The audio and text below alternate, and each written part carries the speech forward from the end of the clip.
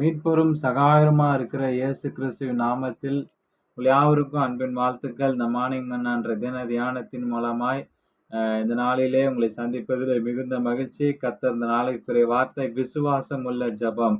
என்னுடைய வசனத்தை வாசிக்கும் போது மார்க் 11ஆம் அதிகாரம் 24ஆம் வசனத்தில் வாசிக்கிறேன். நீங்கள் ஜபம் பண்ணும் போது எவைகளை கேட்டுக்கொள்வீர்களோ அவைகளை பெற்றுக்கொள்வோம் என்று விசுவாசிக்கணும். இயேசு கிறிஸ்து பெத்தானியாவிலிருந்து புறப்பட்டு சென்ற வேளையில வழியே அவருக்கு என்ன ஆச்சுன்னா ஒரு பசி வந்துருச்சு.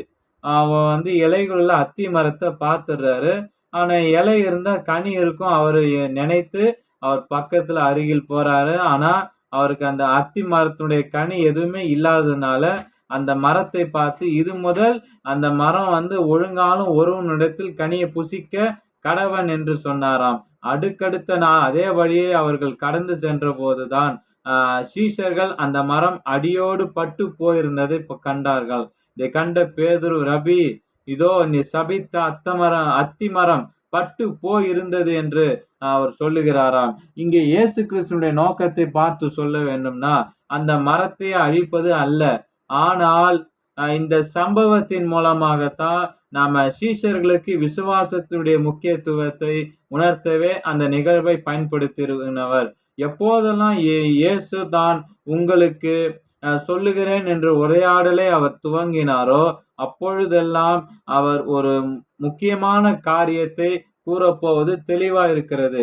இங்கே ஒரு மலையை சமுத்திரத்தில் தள்ளுவதை குறித்து அவர் பேசுகிறார். தீர்க்க முடியாத பெரும் பிரச்சனைகளை மலைக்கு ஒப்பிடுவது யூதர்களுடைய வழக்கம். அப்படியே அகற்ற முடியாத ஒன்று அகற்றுவது கர்த்தருடைய வல்லமைக்கு அப்பாற்பட்டதல்ல அல்ல என்பதை இயேசு இந்த சம்பவத்தின் மூலம் நமக்கு வலியுறுத்துகிறாராம்.